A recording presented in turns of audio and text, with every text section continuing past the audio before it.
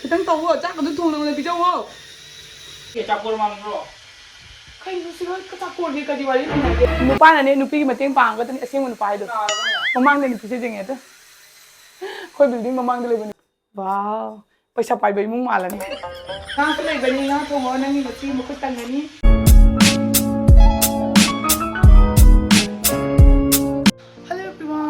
मैं चैनल नौचरी मैं चाथों पापा लाएबको ब्लॉग ती नमे ब्लॉग से सीना हाँ लातरे ममांग नंगी ब्लॉग तुना हाँ लातरा खंग्रे अनिमकी मनुंगदा लापदो थांगत्रोबनेबको ngasidiको किचन का बाथरूम का तेतीसिंग लोना सेंदोकेबको पैसाग लोना सेंदोरक्तोइनी कनादा मी लाक्तोइना मी तीन खोप तौना इकाइजेबको अदु साथी मोले अखोगी तसु कुक्तब अदुमाय तौरेदो पैसादा हाना हौरसेबको ना मचादो की हयेंग बर्थडे तो देना लुपा क्या तो दोनो कमाई तो दोनो पता ताना बसोइना गदी जुम नुंग लोसम तो मिना उसलो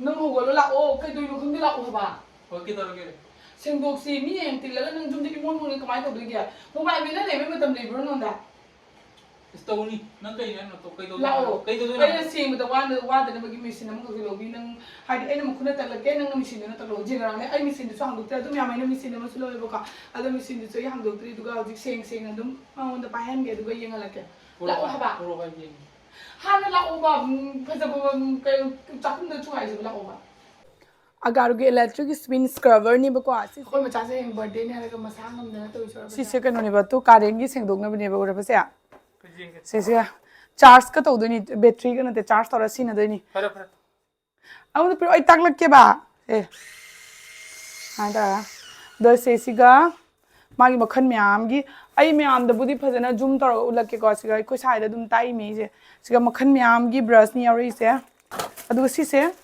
wall da nap na bagi ni si se wall da nap san na bai wall na pe di pura wall da ne nap ga ne adu ga ne magi si stick yauri idana se si stick ani se si stick ani join tar ga juga si se mana sana han nap to smart mana na wow paisa pai bai mung malani adu myam agi kitchen je yeng yam simple oina yam nan na ubani ba ko ni site da nali kai buni adu ga magi paka gi magi manung gi sida lei ai yeng ba di ko si u da bani ba ko si naksal ga di hung se esi ga mushin mun si lei ju je si sing se ai clean to do ni ba si kuna ga je mo ha ba kai da thang ne so na makha da to do mi loina si mathak sing ja na to ro koi sai na to bi do re ba ko ai di koi ma cha pam le re si biam si kaina kai no bai to do se macha to yeng birthday gi papa mama na kana lo shal ai si ka se chai ka se mathan ta ta lo shalak to ni Kasi na fast tayo do na fast ni 2500 mAh battery ni ai sineba brush na last visual brush ni ko wa bana icha si pammo thabok sungam de ni अखोई gas मखाद ले दिबे थावले खंग से उंग ता सुकोक तबसे याम line brush ने खोक तो बरे फजन दि Copa जम हैरे मनो चाथ बे नुपा ने नुपी मतेंग पांग का तन असेंग नुपा दो ममांग ने नुपी से जेंगे तो पांग खोई बिल्डिंग ममांग ले नुपी से जेंगे तो मो मा खलम दुनी को सी नुपा से जाम ज्ञान तब नुपा नि जाम न मचु न हाइवे इन नुपा ने अदु को सोन दि मीना दी मनुंगी इचेन दो खंबी दबे सिना पॉइंटेड ब्रश नी कुना द लेबे फता बदल थोक न बे मैं हम तो सीधे सीधा सी मो लिसे सी से सी को कदरिंग सी बको स्वाई के अमोट पे स्वाई जम त तरो स्वाई नपसल ले से हां जम ओ kan ले सी दे न का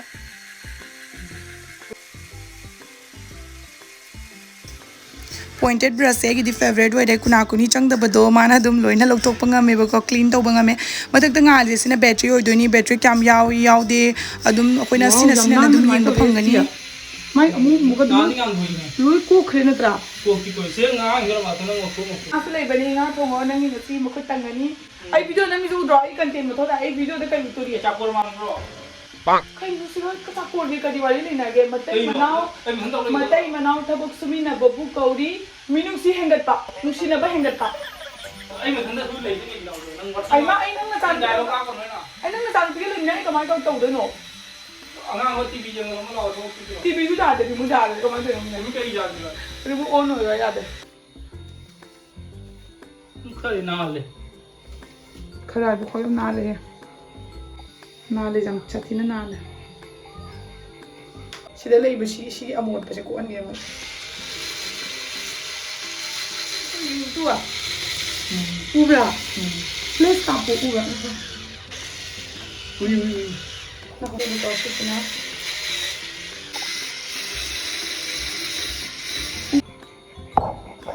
Ai hꯧji velcro head ni hapchali se aduga mathakta brush apam ama napchale aduga hauji gas se sengdorake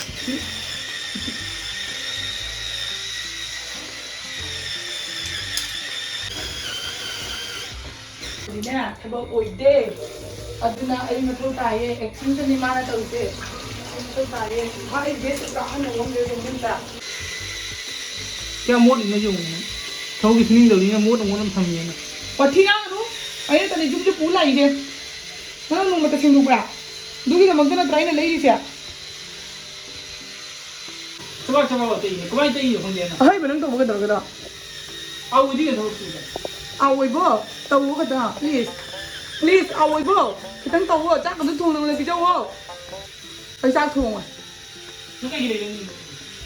Sabi to le. Chitra tàu cái đó Sigi min jeans ya kam sa thina mo linu ko ina bindi ga kai kana san lagi ha ma dei spray ja shali ko hauji gai velcro head chana pe aduga sponsor se oina napsal lage bako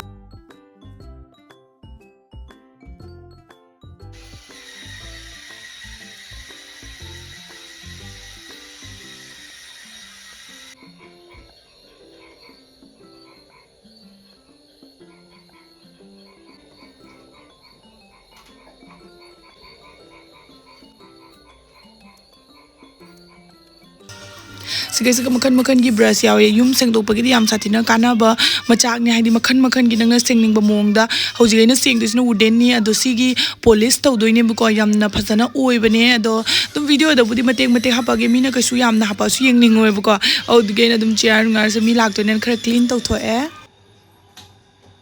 adum yamna Agaro gi spin scrubber se pamba tare gi ai description da link hapchar ge don noina pamba tare gi ko The next hello ma'am ayo gi thabak ma'am do shala ko thing le bu ko Thank you, Nene. Magi gift se yam pamjare hai.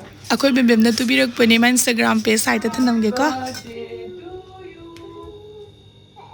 Birthday to you. Sigala sabam na. Happy birthday dear Akansha. Sigala. Sigala mama to tu chije tu chela.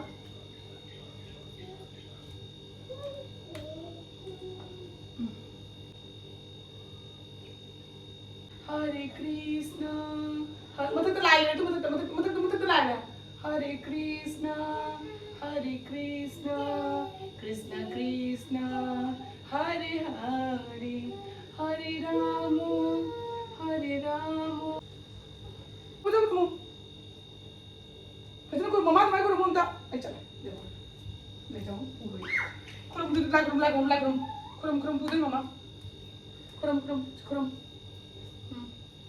Fazendo pamuga. Fazendo अच्छे से fazendo kuramu. Kurukuda kuramu. Like that. Hey so, ay ngasi dagi apa? Happy birthday to you. Happy birthday to you. Adi bolo.